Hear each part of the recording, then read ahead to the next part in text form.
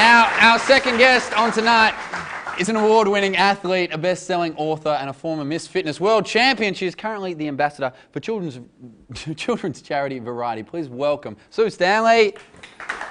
Hey, Sue. Welcome. Hey, how are you? Grab a seat. Thank you.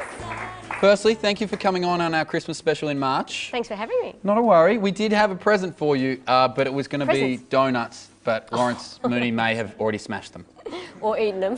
Or smashed and eaten, I think. He's not picky with his food. Typical. How are you? I'm really well, thanks. Okay, good. Do you mind if firstly I rewind the clock a little bit and we go back to 1988. You represented Australia at the Olympics water skiing. That's right. When it was an exhibition sport in '88. Mm-hmm. It was a demonstration sport. Yeah. In Seoul, Korea. And then did it kick off after that, or was that its one go?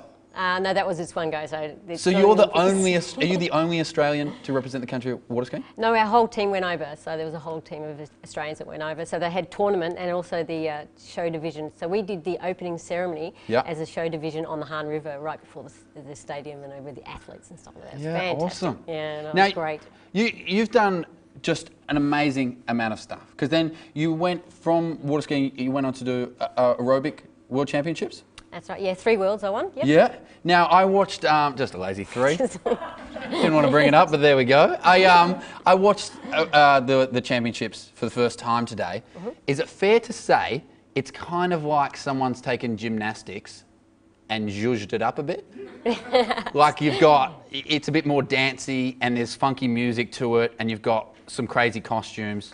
It's probably a cross between the dance and the gymnastics side of things. So yeah, put it together, 2-minute routine, and it's pretty cool. 2 minutes? Mm-hmm.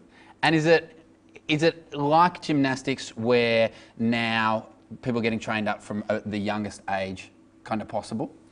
It's kind of probably an avenue where probably gymnasts can go after being a gymnast, so it's more like a feeder into that. So because you know, by the time you're about 16, you're an old athlete of over the hill in gymnastics terms. Terrible. So where do you go? So it's probably another feeder in there that you can still keep fit, a bit active, and perform as well. Okay, great. Now you also won Miss Fitness World Champion in the year 2000. Is that, to me, is that all about is that poses? Are we talking poses? No. Well, I suppose after the aerobics competitions, I thought I hung up the G-string, but then I was like, I needed to come out and do something else again. I've had that moment so many times. So.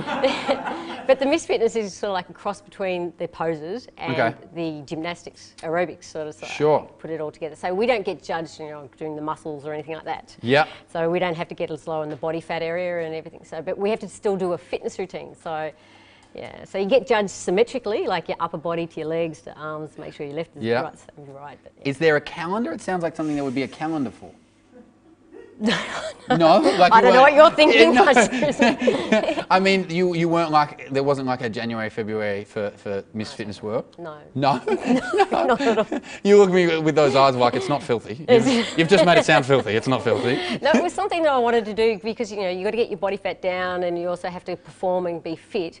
And I think I just played with the diet and nutrition sort of side because it was my passion. So, how low can you go but still be healthy? Yeah. So, the more you talk, the more you're making me realise that maybe donuts was a really inappropriate choice of gift. It's good after the competition. Okay, cool. Now let's talk about Variety, the charity. Working with kids. Yep. It's working with disadvantaged and disabled kids. Sick, disadvantaged, and kids with special needs, Great, to give them the type of care they might not be able to afford. Yeah, it teaches them the 3 L's to live, laugh and learn. So it just empowers young kids like that. So. Fantastic work. Now they do a lot of events that we'll get to, but firstly, you mentioned to me before the show, you're competing in the New York Marathon to raise money for Variety? Yeah, how silly is that? Stupid. It's great, it's fantastic, but it's stupid. I know, I was thinking, what was I thinking at the time? Is that 42 kilometres? That's what a marathon is? That's where I'm at athletically. I don't even know how long it is. Okay. But I mean, to go over to New York, I mean, it's probably... it was kind of a marathon. You may as well just run there. I know, that's what I think. But it was on my bucket list, maybe the thought of running a marathon. But to do it in New York and do it and raise some money for Variety was something a bit more special. So I put my hand up to do it. So. Right, and so this isn't something you've done before? You've never run a marathon before? No. What are we talking? What's the max distance you've pushed out before? Well, in my young heyday, 21. Oh, it's just double that. That's fine. But there's a big difference from 21 to 42. That's trust me. You've just doubled the years and doubled the mileage I know, as well. it's just it is tough. And so that's in November. It is in November over in New York. Good luck. Now, there's some other great events that Variety, of course, do that people might know. The Santa Fun Run. Have you done the Santa Fun Run? I haven't done it. I've been there. I was working at a radio station when we were there one year. But I've seen it in action. It's a fantastic event. For those people who don't know, everyone gets dressed up as Santa. And here in Melbourne, they run around Albert Park Lake. Are we actually doing it at Docklands now? Oh, there we go. Yeah. This using Docklands, but the whole nation does it, so it's all collective. So all the states are going to do it at the same time, which is in, I think, the last weekend in November. Yep. And they all dress up in Santa suits. It's an amazing sight to see. Well, I think to give the guys some idea of what we're talking about, we've got some footage here.